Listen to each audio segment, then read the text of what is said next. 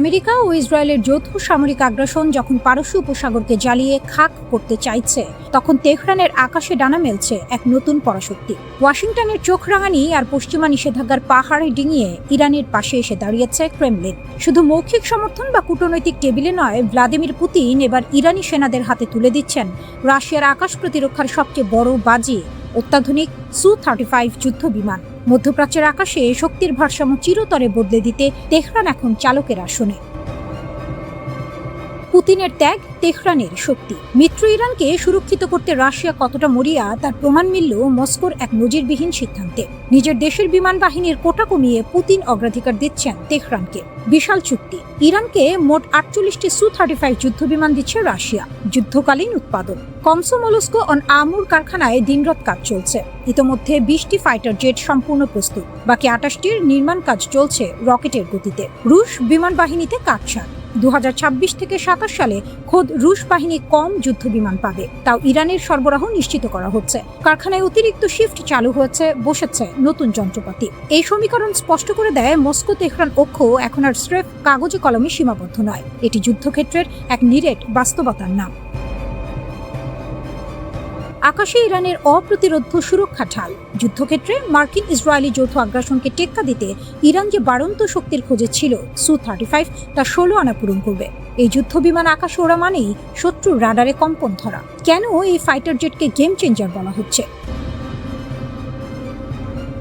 সু-35 এতে থাকা trust vectoring engine আকাশযুদ্ধে ইরানকে দেবে একচেটিয়া সুবিধা। এর বিশাল জ্বালানি ধারণ ক্ষমতা দূরপাল্লার অভিযানে তেহরানকে অপরাজেয় করে তুলবে। একই সাথে আকাশ থেকে আকাশে, আকাশ থেকে মাটিতে এবং জাহাজ বিধ্বংসী ভারী ক্ষেপণাস্ত্র বহনে এটি পারদর্শী। অর্থাৎ পারস্য উপসাগরে কোনো মার্কিন যুদ্ধজাহাজ বা ইসরায়েলি ফাইটার ধেয়ে এলে একাই তাদের সলিল সমাধি ঘটাতে পারে এই একটি রুশ ঈগল। নতুন সমীকরণে মধ্যপ্রাচ্য। বিশ্লেষকদের চোখ এড়াচ্ছে না আসল সত্যটা। রাশিয়া এখানে স্রেফ অস্ত্র ব্যবসায়ী নয়, তারা ইরানের কৌশলগত বিপদের ভাগিদার। পশ্চিমা দুনিয়া যখন ইরানকে একঘরে করতে চেয়েছিল, ইরান তখন পাল্টা চাল দিল। তারা ড্রোন প্রযুক্তিতে স্বনির্ভর হলো আর রাশিয়ার কাছ থেকে ছিনিয়ে নিল আকাশের নিয়ন্ত্রণ। 2026 সালের এই যুদ্ধকালীন পরিস্থিতি প্রমাণ করেছে অন্যায়ের বিরুদ্ধে আপোষহীন লড়াইয়ে ইরান মোটেও একা নয়। পেন্টাগন যেখানে ভেবেছিল ইরানকে বিমানহীন করে আকাশ ফাঁকা করে দেবে, সেখানে তেহরান এখন রাশিয়ার সবচেয়ে চৌকস শিকারী পাখি দিয়ে নিজেদের আকাশ মুড়িয়ে ফেলছে। গ্রাউন্ড অফেন্সিভ বা স্থল যুদ্ধের হিসাব তো আগেই বদলে গিয়েছিল ইরানের কারার ট্যাঙ্ক আর ড্রোনের বন্যায়। এবার সু-35 এর আগমনে আকাশপথের নিয়ন্ত্রণও চলে গেল তেহরানের হাতে। মার্কিন ইসরায়েলি জোটের যে কোনো হঠকারী বিমান হামলার জবাব দিতে ইরান এখন দ্বিগুণ শক্তিশালী। পুতিনের দেয়া এই আকাশঢাল ভেদ করে তেহরানে আঘাত হানা এখন যে কোনো পরাশক্তির জন্যই আত্মঘাতী সিদ্ধান্ত। পারস্যের আকাশে এখন শুধুই ইরানের নতুন সূর্য উজ্জ্বল হচ্ছে। ইরানের গোপন অস্ত্র ভাণ্ডার। যুদ্ধের মাঝেই তৈরি হলো নতুন প্রজন্মের মারণাস্ত্র। 40 দিন ধরে বোমার আঘাত সামলাতেও ইরানের বিজ্ঞানীরা থামেননি। গবেষণাগারের আলো নেভেনি, কারণ তেহরান জানে যুদ্ধ শুধু ময়দানে জেতা যায় না, জিততে হয় প্রযুক্তিতেও। শত্রুর চাপে শান করা তলোয়ার। ইসরায়েল আর যুক্তরাষ্ট্র ভেবেছিল ধারাবাহিক সামরিক চাপে ইরানকে হাঁটু গাড়তে বাধ্য করা যাবে, কিন্তু হিসাবটা উল্টে গেছে। ইরান সেনাবাহিনীর মুখপাত্র ব্রিগেডিয়ার জেনারেল মোহাম্মদ আকরামিনিয়া সরাসরি জানিয়ে দিয়েছেন, সংঘাতের 40টি দিনই শুধু যুদ্ধ নয়, একই সাথে চলেছে নতুন প্রজন্মের ড্রোন আর ক্ষেপণাস্ত্র তৈরির কাজ। এমনকি যুদ্ধের শেষ পর্যায়ে সেই নতুন ড্রোন সরাসরি অপারেশনেও নামানো হয়েছে। শত্রুর রকেট মাথার উপর পড়ছে আর ইরানের প্রকৌশলীরা তখনও নতুন অস্ত্রের নকশা আঁকছেন। এটাই ইরানের আসল শক্তি। আরাশ-2 চেয়েও শক্তিশালী নতুন ড্রোনের রহস্য। ইরানের আরাশ-2 ড্রোনের নাম আন্তর্জাতিক সামরিক মহলে আগেই আলোড়ন তুলেছিল, কিন্তু আকরামিনিয়া দাবি করছেন সম্প্রতি যুদ্ধে ব্যবহৃত নতুন ড্রোনগুলো আরাশ-2 চেয়েও উন্নত। কতটা উন্নত সেটা এখনো পুরোপুরি প্রকাশ করা হয়নি, আর এই রহস্যটাই সবচেয়ে বড় বার্তা। কারণ যে অস্ত্রের পুরো সক্ষমতা প্রতিপক্ষ জানে না, সেই অস্ত্রই সবচেয়ে ভয়ঙ্কর। ইরান ইচ্ছে করেই তা লুকিয়ে রাখছে। গবেষণাগারের প্রযুক্তিকে অত্যন্ত কম সময়ের মধ্যে যুদ্ধক্ষেত্রে নিয়ে আসা, এটা প্রমাণ করে ইরানের প্রতিরক্ষা শিল্প এখন আর পশ্চিমের ওপরে নির্ভরশীল নয়, বরং নিজস্ব গতিতে এগিয়ে যাচ্ছে। দুটো কৌশল, একটাই লক্ষ্য। ইরান এখন দুই পথে হাঁটছে। প্রথম পথ, দেশের ভেতরেই উন্নত অস্ত্র তৈরি, বাইরের নিষেধাজ্ঞা, অবরোধ কোনো কিছুতেই দমানো যাচ্ছে না তেহরানের প্রতিরক্ষা শিল্পকে। সেনাবাহিনী ও আইআরজিসি দুই বাহিনীর ক্ষেপণাস্ত্রেই এসেছে নতুন প্রযুক্তিগত উন্নয়ন। দ্বিতীয় পথ, মিত্র দেশগুলোর সাথে সামরিক সহযোগিতা বাড়ানো এবং আধুনিক প্রযুক্তি সংগ্রহ করা। একা নয়, জোট বেঁধে শক্তি বাড়ানো। এই দুই কৌশলের মিলিত ফলাফল হলো এমন একটি ইরান যাকে চাপে ফেলে দুর্বল করা ক্রমেই কঠিন হয়ে উঠছে। পারমাণবিক প্রশ্ন, 60% ইউরেনিয়ামের গল্প। আন্তর্জাতিক পরমাণু শক্তি সংস্থা আইএই এর প্রধান রাফায়েল গ্রসি নিশ্চিত করেছেন ইরানের কাছে 60% মাত্রায় সমৃদ্ধ ইউরেনিয়ামের মজুদ আছে। বিশ্লেষকরা বলছেন এই ইউরেনিয়াম আরো সমৃদ্ধ করা হলে তাত্ত্বিকভাবে একাধিক পারমাণবিক অস্ত্র বানানো সম্ভব। ইরান অবশ্য বলছে তাদের পারমাণবিক কর্মসূচি সম্পূর্ণ শান্তিপূর্ণ, কোনো আনুষ্ঠানিক ঘোষণা নেই পারমাণবিক অস্ত্র তৈরির। কিন্তু যুক্তরাজ্য ভিত্তিক ইরান ইন্টারন্যাশনাল জানাচ্ছে আইআরজিসি সংশ্লিষ্ট বিশ্লেষণে স্পষ্ট বলা হয়েছে যুক্তরাষ্ট্র আর ইসরায়েলের ধারাবাহিক সামরিক চাপ সামলাতে ইরানের জন্য পারমাণবিক প্রতিরোধ সক্ষমতা এখন অপরিহার্য হয়ে উঠেছে। নিউ ইয়র্ক পোস্টও লিখেছে শক্তিশালী প্রতিরোধ গড়েই সমান অবস্থান থেকে আলোচনার টেবিলে বসতে চায় তেহরান। অর্থাৎ পারমাণবিক শক্তি ইরানের কাছে এখন শুধু অস্ত্র নয়, এটা কূটনৈতিক দর কষাকষির হাতিয়ারও। ইসরায়েলের লাল রেখা, এই পুরো সমীকরণে একটি বড় ফ্যাক্টর হলো ইসরায়েল। নেতানিয়াহু সরাসরি বলেছেন ইরানকে পারমাণবিক অস্ত্রের দোরগোড়ায় পৌঁছাতে দেওয়া হবে না, প্রয়োজনীয় ব্যবস্থা নেওয়া হবে। যুদ্ধবিরতির আলোচনা চললেও পারমাণবিক ইস্যুতে উত্তেজনা এখনো তুঙ্গে। এই উত্তেজনাই আসলে ইরানকে আরো দ্রুত অস্ত্র বিকাশের দিকে ঠেলে দিচ্ছে।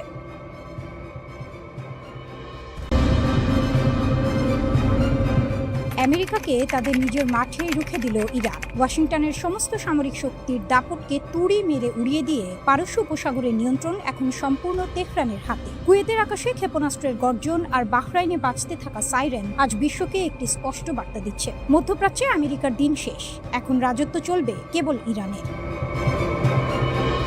সবকিছু শুরু হয়েছিল স্ট্রেইট অফ হরমুজ বা হরমুজ প্রণালীতে। বিশ্বের মোট জ্বালানি তেলের প্রায় 1/5 পরিবাহিত হয় এই সরু জলপথ দিয়ে। আর এই স্ট্রেইট অফ হরমুজেই পানামার পতাকাবাহী তেলবাহী ট্যাঙ্কার এমটি কিকুর ওপর ড্রোন হামলা চালিয়ে ইরান প্রমাণ করে দিল এই অঞ্চলের পানির প্রতিটি ফোঁটার ওপর তাদের নজরদারি রয়েছে। মার্কিন প্রেসিডেন্ট ডোনাল্ড ট্রাম্পের সরাসরি নির্দেশে মার্কিন বিমান ও নৌবাহিনী ইরানের 10টি সামরিক ঘাঁটিতে পাল্টা হামলা চালালেও তেহরানকে দমানো যায়নি, বরং মার্কিন এই আগ্রাসনের জবাবে ইরান যে পাল্টা আঘাত হেনেছে তা হোয়াইট হাউসের ঘুম উড়িয়ে দেওয়ার জন্য যথেষ্ট।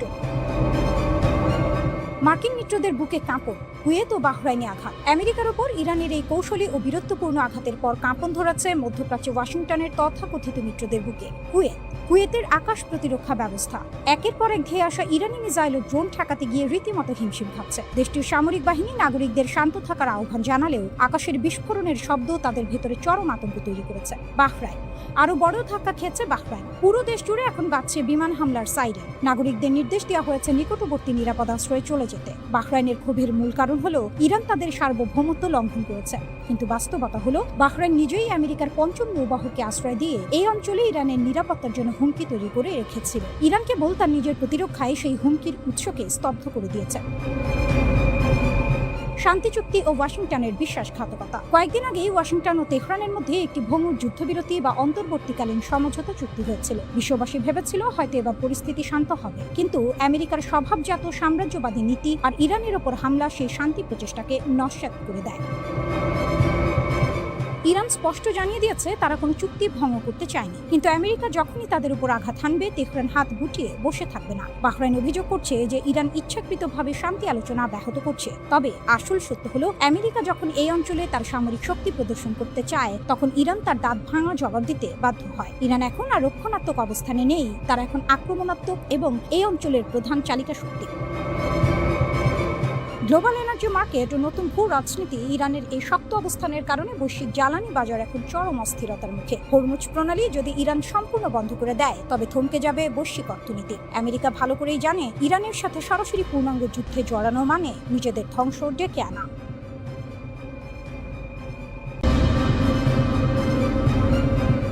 খামেনির রক্তের হিসাব, ইরান কি এবার সব শেষ করে দেবে?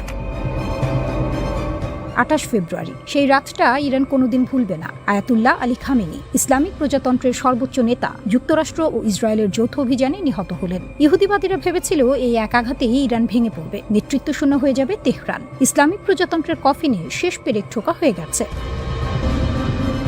কিন্তু তারা ভুল করেছিল, মারাত্মক ভুল। যে ভুলের দাম দিতে হবে। খামেনি হত্যার পরপরই ওয়াশিংটন ও তেল আবিব অপেক্ষা করছিল ইরানের পতনের জন্য, কিন্তু তেহরান পড়ে যায়নি, উঠে দাঁড়িয়েছে। এবং শুধু উঠে দাঁড়ায়নি, পাল্টা আঘাত করেছে এমনভাবে যা গোটা বিশ্বকে হতবাক করে দিয়েছে। পারস্য উপসাগরীয় অঞ্চলে মার্কিন যুক্তরাষ্ট্রের কমপক্ষে 21টি সামরিক ঘাঁটি মাটিতে মিশিয়ে দিয়েছে ইরানের সামরিক বাহিনী। একটি বা দুটি নয়, 21টি। প্রতিটি আঘাত ছিল সুনির্দিষ্ট, পরিকল্পিত, বিধ্বংসী। এরপরেও যারা ভাবছিলেন ইরান দুর্বল হয়ে গেছে, তারা এখন নতুন করে হিসাব মেলাচ্ছেন। কূটনীতির মাঝেও জয়। শুধু যুদ্ধের ময়দানে নয়, কূটনীতির টেবিলেও ইরান বাজিমাত করেছে। ইসরায়েলের প্রধানমন্ত্রী নেতানিয়াহু আর মার্কিন প্রেসিডেন্ট ট্রাম্পের মধ্যে যে ফাটল তৈরি হয়েছে, সেটা কম বড় ঘটনা নয়। বছরের পর বছর ধরে ওয়াশিংটন তেল আবিবের যে অটুট জোট, সেই জোটে চির ধরাতে পেরেছে তেহরান। যুদ্ধবিরতি আলোচনায় যুক্তরাষ্ট্রকে সমঝোতায় আসতে বাধ্য করেছে ইরান, চাপের কাছে নয়, নিজের শর্তে। এটা ছোট জয় নয়, প্রতিশোধ এখনো বাকি। ইরানের পররাষ্ট্রমন্ত্রী আব্বাস আরাকচি সাফ জানিয়ে দিয়েছেন, খামেনির হত্যায় জড়িতদের ক্ষমা করা হবে না, প্রতিশোধ নেওয়া হবে। খামেনি হত্যার পরপরই ইরান নেতানিয়াহুর কার্যালয় লক্ষ্য করে একাধিক ক্ষেপণাস্ত্র হামলা চালিয়েছিল। সেদিন ইসরায়েলি প্রধানমন্ত্রী কার্যালয়ে ছিলেন না, তাই বেঁচে গেছেন। কিন্তু তেহরান সেই চেষ্টা ছেড়ে দেয়নি, বরং আরও নিখুঁত পরিকল্পনায় সেই হিসাব বুঝে নেওয়ার পথ খুঁজছে। যে অস্ত্রের কথা দুনিয়া জানত না। ইরানের সশস্ত্র বাহিনীর জ্যেষ্ঠ কর্মকর্তা ব্রিগেডিয়ার জেনারেল আহমদ রেজা সম্প্রতি একটি অসাধারণ হুঁশিয়ারি দিয়েছেন। তিনি বলেছেন, ইরানের সামরিক বাহিনী এখনও তাদের সমস্ত সক্ষমতা মাঠে নামায়নি। মধ্যপ্রাচ্যের সীমানার বাইরেও নির্ভুলভাবে হামলা চালানোর মতো অস্ত্র তেহরানের কাছে প্রস্তুত আছে। ইউরোপ, মধ্য এশিয়া, এমনকি আরও দূরে মার্কিন ঘাঁটিগুলোও এখন ইরানের রাডারের বাইরে নয়। যুদ্ধবিরতির এই সময়কে ইরান ব্যবহার করছে নিজেকে আরও শক্তিশালী করতে। ক্ষেপণাস্ত্রের রেঞ্জ বাড়ানো হচ্ছে, নতুন অস্ত্র তৈরি হচ্ছে, শত্রুকে বিস্মিত করার প্রস্তুতি চলছে পুরোদমে। বর্তমানে যে যুদ্ধবিরতি চলছে, সেটাকে ইরান বিশ্রামের সুযোগ হিসেবে নেয়নি। সামরিক বিশ্লেষকরা বলছেন, এই বিরতিকে কাজে লাগিয়ে ইরান পূর্বের চেয়ে আরও শক্তিশালী হয়েছে। ইসরায়েল বারবার যুদ্ধবিরতির শর্ত লঙ্ঘন করবে কিনা, সেই আশঙ্কা তেহরানের মধ্যে আছে। আর সেই আশঙ্কা থেকেই ইরান বিশ্বাস করছে না যে শান্তি দীর্ঘস্থায়ী হবে, তাই প্রস্তুতি থামানো যাবে না। খামেনিকে হত্যা করে ইসরায়েল ও আমেরিকা ভেবেছিল ইরানের মেরুদণ্ড ভেঙে দিয়েছে, কিন্তু যে দেশ 21টি মার্কিন ঘাঁটি ধ্বংস করতে পারে, নেতানিয়াহুর কার্যালয়ে ক্ষেপণাস্ত্র পাঠাতে পারে, ট্রাম্প নেতানিয়াহুর জোটে ফাটল ধরাতে পারে, সেই দেশের মেরুদণ্ড ভাঙা যায় না। ইরান এখন শুধু টিকে নেই, ইরান পাল্টা আঘাতের অপেক্ষায় আছে। প্রশ্ন শুধু একটাই, কখন?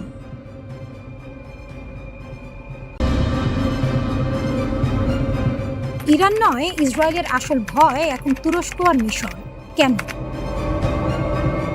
দশকের পর দশক ধরে একটাই সমীকরণ চলে আসছিল, ইসরায়েলের 1 নম্বর শত্রু মানেই ইরান। পরমাণু কর্মসূচি, প্রক্সি মিলিশিয়া, হিজবুল্লাহ, সব রাস্তা তেহরানে গিয়ে শেষ হতো। কিন্তু এখন ইসরায়েলের নিজস্ব গণমাধ্যম এবং থিঙ্ক ট্যাঙ্কগুলো অন্য একটি প্রশ্ন তুলছে। আগামী দশকে আসল চ্যালেঞ্জ কি ইরান নাকি অন্য কেউ? উত্তরটা চমকে দেওয়ার মতো, তুরস্ক এবং মিশর।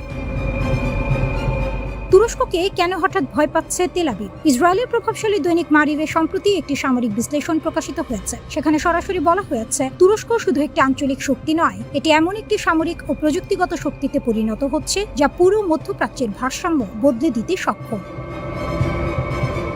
ন্যাটোতে যুক্তরাষ্ট্রের পরই তুরস্কের অবস্থান। কয়েক লাখ সক্রিয় সেনা, আধুনিক যুদ্ধ সক্ষমতা, বিস্তৃত সামরিক অবকাঠামো, এটুকু হয়তো আগেও জানা ছিল। কিন্তু ইসরায়েলি বিশ্লেষকদের ঘুম কাটছে অন্য একটি বিষয়, তুরস্কের প্রতিরক্ষা শিল্প। একসময় বিদেশি অস্ত্রের উপর পুরোপুরি নির্ভরশীল এই দেশটি এখন নিজেদের সামরিক চাহিদার প্রায় 80% দেশীয় প্রযুক্তিতে মেটাচ্ছে। যুদ্ধবিমান, ড্রোন, ক্ষেপণাস্ত্র, সাঁজোয়াজান, নৌ প্রযুক্তি, প্রতিটি ক্ষেত্রে আঙ্কারা দ্রুত গতিতে এগিয়ে যাচ্ছে। আর তুর্কি ড্রোনের কথা তো এখন পুরো বিশ্বই জানে। ইউক্রেন থেকে আজারবাইজান, বিভিন্ন সংঘাতে বাইরাক্তার ড্রোন যেভাবে যুদ্ধের গতিপথ বদলে দিয়েছে, সেটা নতুন করে সামরিক ভূগোলের হিসাব লিখিয়ে দিচ্ছে। ইউরোপ, আফ্রিকা, মধ্য এশিয়া, সব জায়গায় তুরস্কের সামরিক প্রভাব ছড়িয়ে পড়ছে। কিন্তু শুধু অস্ত্র নয়, ইসরায়েলি বিশ্লেষকরা আরো বেশি চিন্তিত তুরস্কের কূটনৈতিক আক্রমণাত্মকতা নিয়ে। গাজা ইস্যুতে এরদোয়ানের কঠোর অবস্থান, ফিলিস্তিনের প্রতি প্রকাশ্য সমর্থন এবং মুসলিম বিশ্বের নেতৃত্বে নিজেকে প্রতিষ্ঠা করার সুস্পষ্ট প্রচেষ্টা, এই সবকিছু মিলিয়ে তেল আবিব একটি বহুমাত্রিক চ্যালেঞ্জ দেখছে। সামরিক শক্তি, প্রযুক্তিগত সক্ষমতা, রাজনৈতিক প্রভাব, কূটনৈতিক নেতৃত্ব, একসাথে এই 4টি মাত্রায় যে দেশ এগিয়ে যাচ্ছে, সেটাই দীর্ঘমেয়াদে সবচেয়ে বিপজ্জনক প্রতিদ্বন্দ্বী।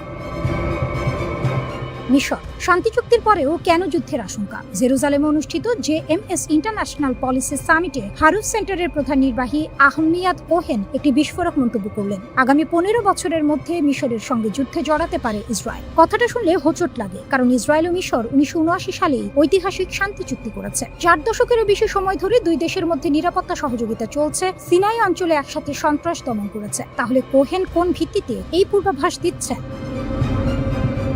তার যুক্তি হলো, ইরান ও প্রতিরোধ শক্তির প্রভাব যদি কমে যায়, মধ্যপ্রাচ্যে একটি নতুন কৌশলগত শূন্যতা তৈরি হবে, আর সেই শূন্যতা পূরণ করতে এগিয়ে আসবে সুন্নি মুসলিম রাষ্ট্রগুলো। তখন যদি মুসলিম ব্রাদারহুড আবারও মিশরের ক্ষমতায় ফেরে, কায়রো ও তেল আবিবের সম্পর্ক সম্পূর্ণ ভিন্ন মোড় নেবে। এই মন্তব্যকে একা কোহেনের মতামত বলে উড়িয়ে দেওয়া কঠিন, কারণ মার্কিন গুপ্তচর বৃত্তি মামলায় দণ্ডিত সাবেক ইসরায়েলপন্থী বিশ্লেষক জোনাথন পোলার্ডও একই সতর্কবার্তা দিয়েছেন। ইরান দুর্বল হলে তুরস্ক ও মিশরই হবে ইসরায়েলের প্রধান কৌশলগত প্রতিদ্বন্দ্বী। ইসরায়েল এখন একসঙ্গে একাধিক ফ্রন্টে চাপে আছে, গাজা, ইরান, লেবানন সীমান্ত। এই পরিস্থিতিতেই উগ্র ডানপন্থী জাতীয় নিরাপত্তা মন্ত্রী ইতামার বেন গভীর প্রকাশ্যে বলেছেন, প্রয়োজনে ট্রাম্পের অনুরোধও প্রত্যাখ্যান করতে পারে ইসরায়েল।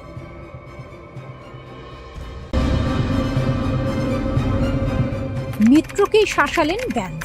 ইরানের চালে কোণঠাসা ইসরায়েল, বদলে যাচ্ছে মধ্যপ্রাচ্যের সমীকরণ। দশকের পর দশক ধরে যে সম্পর্ককে অটুট ধরে নেওয়া হয়েছিল, সেই ওয়াশিংটন তেল আবিব পক্ষে আজ স্পষ্ট ফাটল। আর সেই ফাটলের কেন্দ্রে দাঁড়িয়ে আছে একটি নাম, ইরান। তেহরান কোনো যুদ্ধ জেতেনি, কিন্তু কূটনীতির বোর্ডে এমন একটি চাল দিয়েছে যেটা আমেরিকার ভাইস প্রেসিডেন্টকে দিয়েই তার পুরনো মিত্রকে সরাসরি শাসাতে বাধ্য করেছে। এটাই এখন বিশ্ব রাজনীতির সবচেয়ে বড় গল্প। যে মন্তব্য কাঁপিয়ে দিল সব হিসাব, জেডি ভ্যান্স, মার্কিন ভাইস প্রেসিডেন্ট, ট্রাম্প প্রশাসনের দ্বিতীয় সর্বোচ্চ ক্ষমতাধর মানুষ। সাংবাদিকদের মুখোমুখি দাঁড়িয়ে তিনি সরাসরি ইসরায়েলের নেতৃত্বের উদ্দেশ্যে বললেন, বাস্তবতাটা বুঝতে শেখা প্রয়োজন। এই একটি লাইন আন্তর্জাতিক কূটনীতির ভাষায় অনেক কিছু বলে দেয়। মিত্রকে প্রকাশ্যে এভাবে সতর্ক করা হয় না যদি না সম্পর্কে সত্যি বড় ধরনের টানাপোড়েন তৈরি হয়। কিন্তু কেন এই মন্তব্য? কিসের আগে ফুঁসলেন ভ্যান্স? ঘটনার শিকড়ে ইরান। ট্রাম্প প্রশাসন ইরানের সঙ্গে একটি সমঝোতা চুক্তির খসড়া তৈরি করেছে। সেই খবর ছড়িয়ে পড়তেই ইসরায়েলের অন্দরমহলে শুরু হলো তীব্র সমালোচনার ঝড়। ইসরায়েলের মন্ত্রী ও নীতি নির্ধারকদের অনেকেই এই সমঝোতাকে বললেন তেহরানের কাছে মার্কিন প্রশাসনের নতি স্বীকার। সমালোচনা শুধু কূটনৈতিক ভাষায় থামেনি, ট্রাম্প প্রশাসনকে লক্ষ্য করে ব্যক্তিগত আক্রমণও এলো। আর তখনই ভ্যান্স ধৈর্য হারালেন। যা বললেন ভ্যান্স, যা শুনতে হলো ইসরায়েলকে। ভ্যান্সের বার্তা ছিল কঠোর, স্পষ্ট এবং একদম সরাসরি। তিনি মনে করিয়ে দিলেন, গত কয়েক মাসে ইসরায়েলের আকাশ ও ভূখণ্ড রক্ষায় ব্যবহৃত প্রতিরক্ষা সরঞ্জামের 2/3 এসেছে আমেরিকার হাত ধরে। মার্কিন করদাতাদের টাকায় কেনা অস্ত্র দিয়ে যারা নিজেদের বাঁচাচ্ছে, তাদের পক্ষ থেকে ট্রাম্প প্রশাসনের সমালোচনা কোনোভাবেই গ্রহণযোগ্য নয়। এখানেই থামলেন না, ব্যঙ্গাত্মক ভঙ্গিতে প্রশ্ন ছুড়লেন। সমালোচনা করা সহজ, কিন্তু বিকল্প প্রস্তাবটা ঠিক কি? তারপর বললেন সেই কথা যেটা ইসরায়েলের রাজনৈতিক মহলে এখনো অনুরণিত হচ্ছে, কোনো সমস্যার সমাধান কেবল শক্তি প্রয়োগ বা ধ্বংসযজ্ঞ দিয়ে চিরস্থায়ী হয় না। ইরান যে চালটা দিয়েছে, এখন একটু পেছনে ফিরে তাকান। ইরান কি সত্যিই দুর্বল হয়ে টেবিলে এসেছে, নাকি এটা তেহরানের দীর্ঘমেয়াদী কৌশলের অংশ? লেবানন সীমান্তে সংঘাত চলছে, হরমুজ প্রণালীতে উত্তেজনা আছে, কিন্তু ঠিক এই মুহূর্তে ইরান আলোচনার টেবিলে বসে দেখাচ্ছে, আমরা শান্তি চাই, আমরা কথা বলতে রাজি। এই একটি পদক্ষেপ ইসরায়েলকে কোণঠাসা করে দিয়েছে, কারণ এখন ইসরায়েল যদি যুদ্ধ চালিয়ে যায়, বিশ্বের চোখে সে হয়ে যায় শান্তি বিরোধী পক্ষ। আর যদি থামে, তাহলে ইরানের কূটনৈতিক বিজয় স্বীকার করতে হয়। দুদিকেই ইসরায়েলের জন্য সংকট।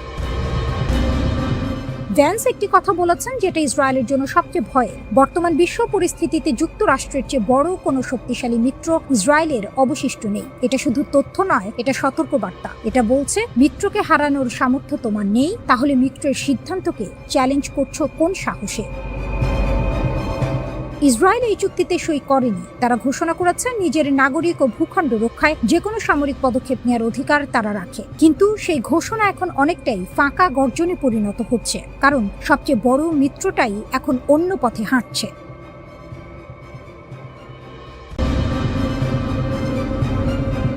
ইরানের $12 বিলিয়ন ট্র্যাপ, যেভাবে মার্কিন ছাড়েই জেগে উঠছে তেহরানের সামরিক দানব।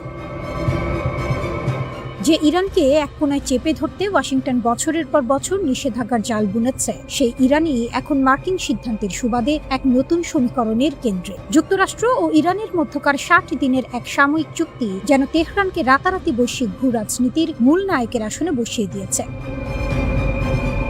মার্কিন ছাড় ও ইরানের হাতে নতুন শক্তির চাবিকাঠি। সম্প্রতি যুক্তরাষ্ট্রের দেওয়া সামরিক ছাড়ের ফলে ইরানের তেল রপ্তানি, ব্যাংকিং লেনদেন এবং আন্তর্জাতিক বাণিজ্যে এক স্বস্তির নিঃশ্বাস পড়েছে। দীর্ঘদিন ধরে অবরুদ্ধ থাকা তেহরানের অর্থনীতিতে হুট করেই নতুন অর্থ ও সম্পদের জোয়ার আসার সুযোগ তৈরি হয়েছে। চুক্তির আওতায় ইরানের তেল বিক্রির ওপর থেকে নিষেধাজ্ঞা তুলে নেওয়া হচ্ছে এবং জব্দ করা $12 বিলিয়ন ফিরিয়ে দেওয়ার সিদ্ধান্ত হয়েছে। বিশ্লেষকদের মতে এই অর্থ সরাসরি ইরানের প্রতিরক্ষা খাতে এক বিশাল বুস্টার ডোজ হিসেবে কাজ করবে। সামরিক বিশেষজ্ঞদের মতে এই বিপুল অর্থ হাতে পাওয়ার পর ইরানের মূল লক্ষ্য হবে নিজেদের সবচেয়ে বড় দুর্বলতা ঢেকে ফেলা। সাম্প্রতিক সংঘাতগুলোতে দেখা গেছে ইরানের আকাশ প্রতিরক্ষা ব্যবস্থা বেশ ভঙ্গুর, আর এই দুর্বলতার সুযোগ নিয়ে ইসরায়েল ও যুক্তরাষ্ট্র বিভিন্ন সময় ইরানের সামরিক স্থাপনা, ক্ষেপণাস্ত্র ঘাঁটি এবং অস্ত্র তৈরির কারখানায় অনায়াসে হামলা চালাতে পেরেছে। তেহরান এখন এই ক্ষত মেরামত করতে মরিয়া। তাদের প্রধান লক্ষ্য হবে উন্নত রাডার ব্যবস্থা ও ক্ষেপণাস্ত্র প্রতিরক্ষা ব্যবস্থা গড়ে তোলা, অত্যাধুনিক আকাশ নজরদারি প্রযুক্তি সংগ্রহ করা, আর এই আকাশ প্রতিরক্ষার প্রযুক্তিগত ঘাটতি পূরণে ইরানকে সবচেয়ে বড় সহযোগিতা করতে পারে রাশিয়া ও চীন। বেইজিং, মস্কো, পিয়ংইয়ং ট্রাইও ইরানের ব্যাকবোন। ইরানের এই সামরিক পুনর্গঠন প্রক্রিয়া কিন্তু একা একা সম্ভব নয়। এর পেছনে রয়েছে এক শক্তিশালী অক্ষশক্তি, যার প্রধান ভিত্তি হলো চীন। অস্ত্র তৈরির জন্য সরাসরি ক্ষেপণাস্ত্র না এলেও চলে, কিন্তু যা লাগে তা হলো চিপস, সেন্সর এবং হেভি মেশিনারি। বিশেষজ্ঞদের মতে চীন থেকে বিভিন্ন ইলেকট্রনিক যন্ত্রাংশ, চিপ, ড্রোন প্রযুক্তি, মেশিন টুলস এবং শিল্প সরঞ্জাম সংগ্রহ করা ইরানের জন্য এখন তুলনামূলক অনেক সহজ। চীনের এই বিশাল শিল্প ও সরবরাহ ব্যবস্থা ব্যবহার করেই ইরান তার নিজস্ব সামরিক কারখানাকে ঢেলে সাজাবে। পাশাপাশি আরেকটি বড় স্তম্ভ হলো রাশিয়া। ইউক্রেন যুদ্ধে দীর্ঘ সময় ধরে লড়াই করার ফলে রাশিয়ার ঝুলিতে এখন আধুনিক যুদ্ধের বাস্তব অভিজ্ঞতা রয়েছে। ড্রোন যুদ্ধ কিভাবে চালাতে হয়, কিভাবে প্রতিপক্ষের ইলেকট্রনিক যোগাযোগ জ্যাম করতে হয়, কিংবা যুদ্ধের মধ্যেও কিভাবে সামরিক অবকাঠামো টিকিয়ে রাখতে হয়, তার সব কৌশল মস্কোর নখদর্পণে। রাশিয়া এখন ইরানের জন্য শুধু অস্ত্র সরবরাহকারী নয়, বরং সামরিক জ্ঞান ও রণকৌশলের এক অমূল্য উৎস। এর সাথে যোগ হচ্ছে উত্তর কোরিয়া। দশকের পর দশক ধরে আন্তর্জাতিক নিষেধাজ্ঞার জাঁতাকলে পিষ্ট হয়েও উত্তর কোরিয়া যেভাবে তাদের ক্ষেপণাস্ত্র কর্মসূচি সফলভাবে চালিয়ে গেছে, সেই নিষেধাজ্ঞা ফাঁকি দেওয়ার ফর্মুলা এখন ইরানের বড় পুঁজি। সীমিত সম্পদ ব্যবহার করে কিভাবে বিকল্প সরবরাহ ব্যবস্থা গড়ে তুলতে হয়, সেই গোপন দীক্ষা ইরান পাচ্ছে পিয়ংইয়ং এর কাছ থেকে।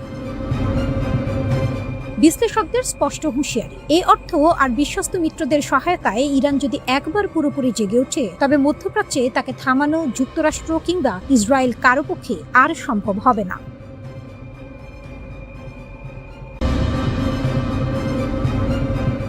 মার্কিন যুক্তরাষ্ট্র ও ইরানের মধ্যকার নজিরবিহীন সংঘাতের বারুদ শান্ত হতে না হতেই মধ্যপ্রাচ্যের ভূ রাজনীতিতে এক নতুন ঝড়ের পূর্বাভাস মিলছে। ওয়াশিংটন ও তেল আবিবের সমস্ত সামরিক ও মনস্তাত্ত্বিক চাপকে বুড়ো আঙুল দেখিয়ে ইরান এবং তার মিত্ররা কেবল যে টিকে গেছে তাই নয়, বরং তারা বুক চিতিয়ে দাঁড়িয়েছে। আর এই পুরো দৃশ্যপটের ঠিক কেন্দ্রবিন্দুতে রয়েছে লেবাননের প্রতিরোধ আন্দোলন হিজবুল্লাহ। আমেরিকার দম্ভ চূর্ণ করে এবং ইসরায়েলি সামরিক আগ্রাসনকে ব্যর্থ দাবি করে ইরান ও হিজবুল্লাহ এখন মধ্যপ্রাচ্যের ক্ষমতার ভারসাম্য নিজেদের পক্ষে নেয়ার খেলায় মেতেছে। যুদ্ধবিরতি হয়তো কামানের গর্জন থামিয়েছে, কিন্তু আঞ্চলিক আধিপত্য ও প্রভাব বিস্তারের আসল মনস্তাত্ত্বিক লড়াইটি কেবল শুরু হলো। যুদ্ধবিরতির পরপরই এক অগ্নিগর্ভ টেলিভিশন ভাষণে হিজবুল্লাহ প্রধান নাইম কাশেম ইসরায়েলের সামনে স্পষ্ট ও কঠোর শর্ত ছুড়ে দিয়েছেন। হিজবুল্লাহর এই বার্তা কোনো নমনীয়তা নয়, বরং চরম লিভারেজ বা সুবিধাজনক অবস্থানে থেকে দেয়া একটি হুঙ্কার। কাশেমের দাবি অত্যন্ত সোজাসাপটা, পূর্ণাঙ্গ প্রত্যাহার। ইসরায়েলকে লেবাননের প্রতি ইঞ্চি ভূখণ্ড থেকে সম্পূর্ণ এবং একটি নির্দিষ্ট সময়সীমার মধ্যে চলে যেতে হবে। কোনো বাফার জোন নয়, কোনো আংশিক পিছু হটা, তথাকথিত বাফার জোন বা আপোষের কোনো সুযোগ নেই। সার্বভৌমত্ব পুনরুদ্ধার। লিতানি নদীর দক্ষিণে কেবল লেবাননের সেনাবাহিনী মোতায়েন থাকবে এবং আকাশ, স্থল ও সমুদ্র পথে ইসরায়েলি আগ্রাসন সম্পূর্ণ বন্ধ করতে হবে। কাশেম অত্যন্ত চতুরতার সাথে লেবাননের অভ্যন্তরীণ রাজনীতিকেও এক বার্তা দিয়েছেন। তিনি সাফ জানিয়েছেন, লিতানি নদীর দক্ষিণে লেবানন সেনাবাহিনী এবং হিজবুল্লাহর মধ্যকার পারস্পরিক নিরাপত্তা ও সহযোগিতা কেমন হবে তা সম্পূর্ণ তাদের অভ্যন্তরীণ বিষয়। এতে ইসরায়েলের নাক গলানোর বা কোনো কিছু জানার অধিকার নেই। হিজবুল্লাহ নিজেকে লেবানন রাষ্ট্রের সার্বভৌমত্বের সবচেয়ে বড় গ্যারান্টি হিসেবে উপস্থাপন করছে, যা আমেরিকার অহংকার গুড়িয়ে দিয়েছে। হিজবুল্লাহর এই আকস্মিক আত্মবিশ্বাসের মূল জ্বালানি আসছে তেহরান থেকে। ইতিহাসের অন্যতম বিপজ্জনক ও সরাসরি মার্কিন ইসরায়েলি হুমকির মুখোমুখি হয়েও ইরানের শাসন ব্যবস্থা কেবল টিকেই থাকেনি, বরং নিজেদের অক্ষকে অক্ষত রাখতে পেরেছে। তেহরানের নেতারা এই সংঘাতের সমাপ্তিকে মার্কিন অর্থনৈতিক ও সামরিক চাপের বিরুদ্ধে এক মহাকাব্যিক বিজয় হিসেবে উদযাপন করছেন। ইরানের এই রাজনৈতিক ও সামরিক টিকে থাকা পুরো প্রতিরোধের অক্ষ, তা সে লেবানন, সিরিয়া কিংবা ইয়েমেনেই হোক না কেন, তাদের মধ্যে এই ধারণাকে দৃঢ় করেছে যে ওয়াশিংটন তেল আবিব জোট অপরাজেয় নয়। হিজবুল্লাহর হিসাব কষে দেখিয়েছে যে গত কয়েক মাসের তীব্র ইসরায়েলি বিমান হামলা, শীর্ষ নেতৃত্বের হত্যাকাণ্ড এবং আন্তর্জাতিক নিষেধাজ্ঞা সত্ত্বেও তাদের রাজনৈতিক সংকল্প ও সামরিক চেইন অফ কমান্ড ভেঙে ফেলা যায়নি। তারা প্রমাণ করতে চায় তারা এখনও ধ্বংসস্তূপের মধ্য থেকে উঠে দাঁড়িয়ে পোস্ট ওয়ার বা যুদ্ধোত্তর ল্যান্ডস্কেপের প্রধান খেলোয়াড় হিসেবে নিয়ন্ত্রণ বজায় রাখছে। হিজবুল্লাহ ও ইরানের এই চরম আগ্রাসী মনোভাবের পেছনে আরেকটি অত্যন্ত গুরুত্বপূর্ণ অনুঘটক কাজ করছে, তা হলো মার্কিন যুক্তরাষ্ট্র এবং ইসরায়েলের মধ্যকার ক্রমশ দৃশ্যমান হতে থাকা ফাটল। উপরিকাঠামোতে ওয়াশিংটন যতই ইসরায়েলের অবিচ্ছেদ্য মিত্র হিসেবে নিজেকে জাহির করুক না কেন, সামরিক কৌশল, আঞ্চলিক উত্তেজনা বৃদ্ধি এবং যুদ্ধ পরবর্তী মধ্যপ্রাচ্যের ভবিষ্যৎ রূপরেখা নিয়ে হোয়াইট হাউস ও তেল আবিবের মধ্যে গভীর মতবিরোধ তৈরি হয়েছে।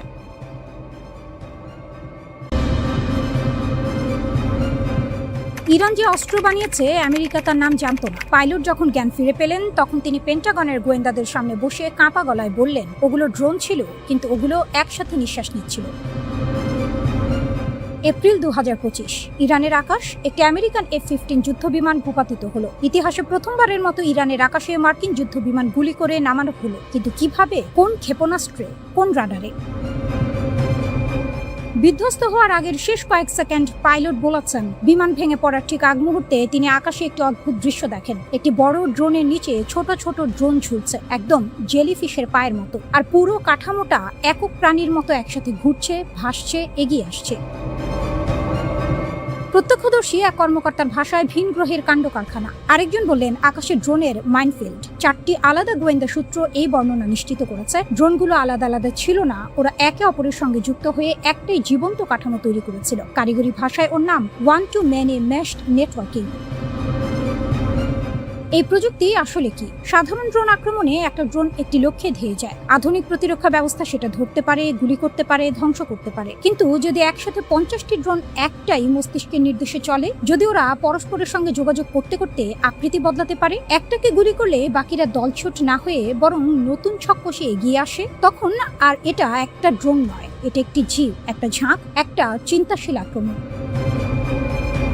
মার্কিন ড্রোন বিশেষজ্ঞ এমা বেটস বলেছেন, এই ধরনের সমন্বিত ড্রোন ঝাঁক যদি বিস্ফোরক বহন করে নিখুঁতভাবে আকৃতি বজায় রেখে আক্রমণ চালাতে পারে, তাহলে যে কোনো দেশের প্রতিরক্ষা ব্যবস্থার জন্য সেটা ব্যয়বহুল দুঃস্বপ্ন। কারণ এক একটা ইন্টারসেপ্টর মিসাইলের দাম লক্ষ লক্ষ ডলার, আর ড্রোনের ঝাঁক আসে হাজার হাজার। এতদিন এই প্রযুক্তি শুধু চীন আর রাশিয়ার কাছে আছে বলে ধারণা ছিল। এখন প্রশ্ন, ইরান কোথা থেকে পেল? ইরান যেভাবে খেলা পাল্টে দিল। ইরানের ড্রোন গল্পটা পুরনো। ইউক্রেন যুদ্ধে রাশিয়া ইরানি শাহী ড্রোন ব্যবহার করে ইউরোপকে চমকে দিয়েছিল। সস্তা, সহজ কিন্তু কার্যকর। কিন্তু সেটা ছিল প্রথম অধ্যায়। দ্বিতীয় অধ্যায়ে ইরান শুধু সস্তা ড্রোন বানায়নি, তারা ড্রোনকে চিন্তা করতে শিখিয়েছে, ঝাঁক মারতে শিখিয়েছে, একসাথে শ্বাস নিতে শিখিয়েছে। বিশেষজ্ঞরা মনে করছেন, রাশিয়া বা চীনের প্রযুক্তি সহায়তায় ইরান এই ক্ষমতা অর্জন করেছে। ইউক্রেনের রণাঙ্গন ছিল পরীক্ষাগার, মধ্যপ্রাচ্য হলো বাস্তব মঞ্চ। এবং সেই মঞ্চে এপ্রিল মাসে যা ঘটলো, একটা F-15 মাটিতে পড়লো, সেটা শুধু একটি বিমান ভূপাতিত হওয়ার গল্প নয়, সেটা একটি বার্তা। পেন্টাগনের ভেতরে এখন কি চলছে? পাইলটের বর্ণনা দিয়ে খোদ মার্কিন গোয়েন্দা সংস্থার কর্মকর্তাদের মধ্যে দুটো দল তৈরি হয়েছে। একদল বলছে পাইলট সেদিন মাথায় কনকাশন পেয়েছিলেন, এটা তার দ্বিতীয়বার বিমান বিধ্বস্তের ঘটনা। আগেরবার কুয়েতি বাহিনীর ফ্রেন্ডলি ফায়ারে বিমান পড়েছিল। মানসিক ট্রমায় মানুষ অনেক কিছু দেখে যা আসলে থাকে না। আরেক দল বলছে 4টি স্বাধীন গোয়েন্দা সূত্র এই ঘটনা নিশ্চিত করেছে এটা এক পাইলটের হ্যালুসিনেশন নয়। মার্কিন এয়ারফোর্স বা সেন্ট্রাল কমান্ড এখনো আনুষ্ঠানিক কোনো মন্তব্য করেনি। সেই নীরবতাটাই সবচেয়ে জোরালো বক্তব্য।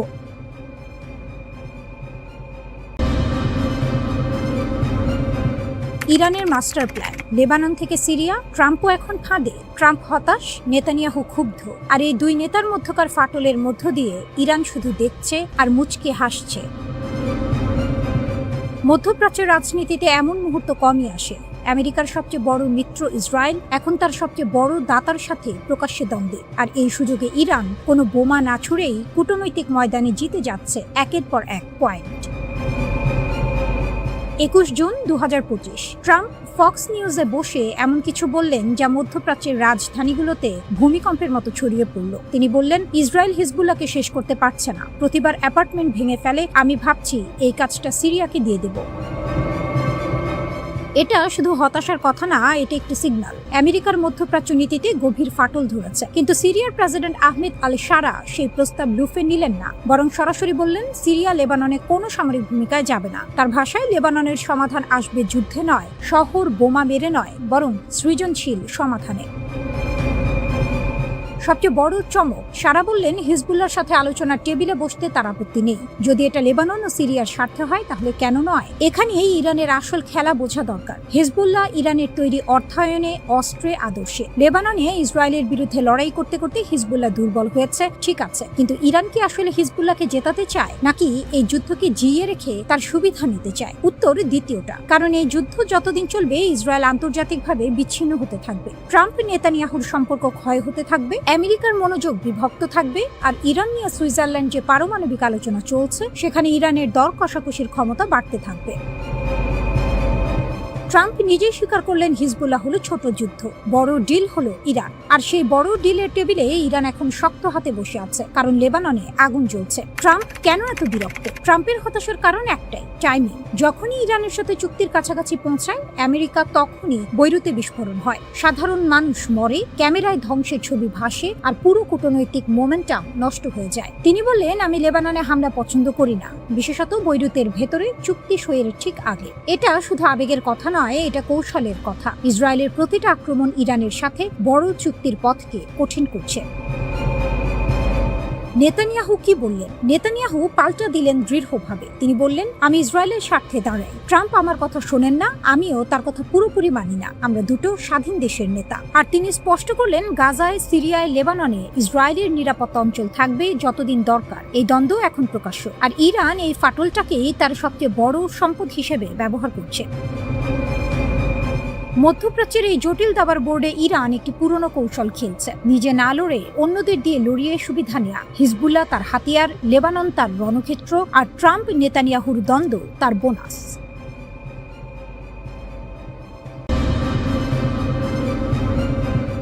যেতে হবে জেনেও কেন মরছো? হিজবুল্লাহর এক ভিডিওতে কাঁপছে ইসরায়েল। একটি ভিডিও, কয়েকটি ছবি আর একটি প্রশ্ন, যদি এমনিতেই চলে যাবে তাহলে শেষজন হয়ে কেন মরছো? হিজবুল্লাহ এই বার্তাটা ছেড়ে দিল ঠিক সেই মুহূর্তে যখন ইসরায়েলি মিডিয়া নিজেই লেবাননের যুদ্ধক্ষেত্রকে বলছে বিপর্যয়। যখন একদিনে 4 জন সেনা মারা গেছেন, একজন ব্যাটালিয়ন কমান্ডার নিহত হয়েছেন, আরো 5 জন আহত। বুলেট দিয়ে নয়, একটি প্রশ্ন দিয়ে ইসরায়েলের বুকে ছুরি বসিয়ে দিল হিজবুল্লাহ। আর এই পুরো ঘটনার পেছনে যে শক্তি দাঁড়িয়ে আছে নীরবে, কৌশলে, অদৃশ্যভাবে, তার নাম ইরান। মনস্তাত্ত্বিক যুদ্ধ, অস্ত্রের চেয়েও ধারালো। যুদ্ধে শুধু গুলি চলে না, মাথাও চলে। হিজবুল্লাহর এই ভিডিওটা কোনো সাধারণ প্রচারণা নয়, এটি সুনির্দিষ্ট লক্ষ্যে ছোড়া একটি মনস্তাত্ত্বিক ক্ষেপণাস্ত্র। লক্ষ্য ইসরায়েলি সমাজের ভেতরে প্রশ্ন তোলা, সন্দেহ ঢোকানো, মনোবল ভাঙা। বার্তাটা সরল কিন্তু ভয়ঙ্কর কার্যকর। ইসরায়েলি সরকার নিজেই স্বীকার করেছে লেবানন থেকে সরে আসার কথা। আমেরিকার সঙ্গে ইরানের চুক্তিতে লেবানন ফ্রন্টে যুদ্ধবিরতির কথা আছে। তাহলে ইসরায়েলি সেনারা এখনো কেন মাটি আঁকড়ে আছে? কার জন্য মরছেন? এই প্রশ্নটা যখন একজন ইসরায়েলি মা করেন, যখন একজন সৈনিকের বাবা করেন, তখন সেটা আর শুধু প্রশ্ন থাকে না, সেটা রাজনৈতিক চাপ হয়ে ওঠে। নেতানিয়াহুর উপর চাপ। হিজবুল্লাহ জানে এই খেলা, আর এই খেলা শিখিয়েছে ইরান। একদিনে 5 সেনা, ইসরায়েলি মিডিয়া বলছে বিপর্যয়। কাফার তেবনে, দক্ষিণ লেবানন, হিজবুল্লাহর অ্যান্টি ট্যাঙ্ক মিসাইল বা বিস্ফোরকবাহী ড্রোন সরাসরি আঘাত করলো একটি ইসরায়েলি ট্যাঙ্কে। 4 জন নিহত, তাদের মধ্যে 52তম ব্যাটালিয়নের কমান্ডার, যিনি মাত্র কয়েকদিন আগে দায়িত্ব নিয়েছিলেন। একটি ব্যাটালিয়নের কমান্ডার মাঠে মারা যাওয়া সাধারণ ক্ষতি নয়, এটি সামরিক নেতৃত্বে আঘাত, এটি মনোবলে আঘাত। ইসরায়েলি সেনাবাহিনীর তদন্তে নিশ্চিত হয়েছে ঘটনাটা কোনো কারিগরি ত্রুটি নয়, সরাসরি হিজবুল্লাহর নির্ভুল হামলা। কয়েক ঘন্টার মধ্যে আবার হামলা, এবার ড্রোন, আরো 5 জন আহত, একজনের অবস্থা গুরুতর। ইসরায়েলি মিডিয়া সেই দিনটিকে বর্ণনা করেছে একটি মাত্র শব্দে, বিপর্যয়।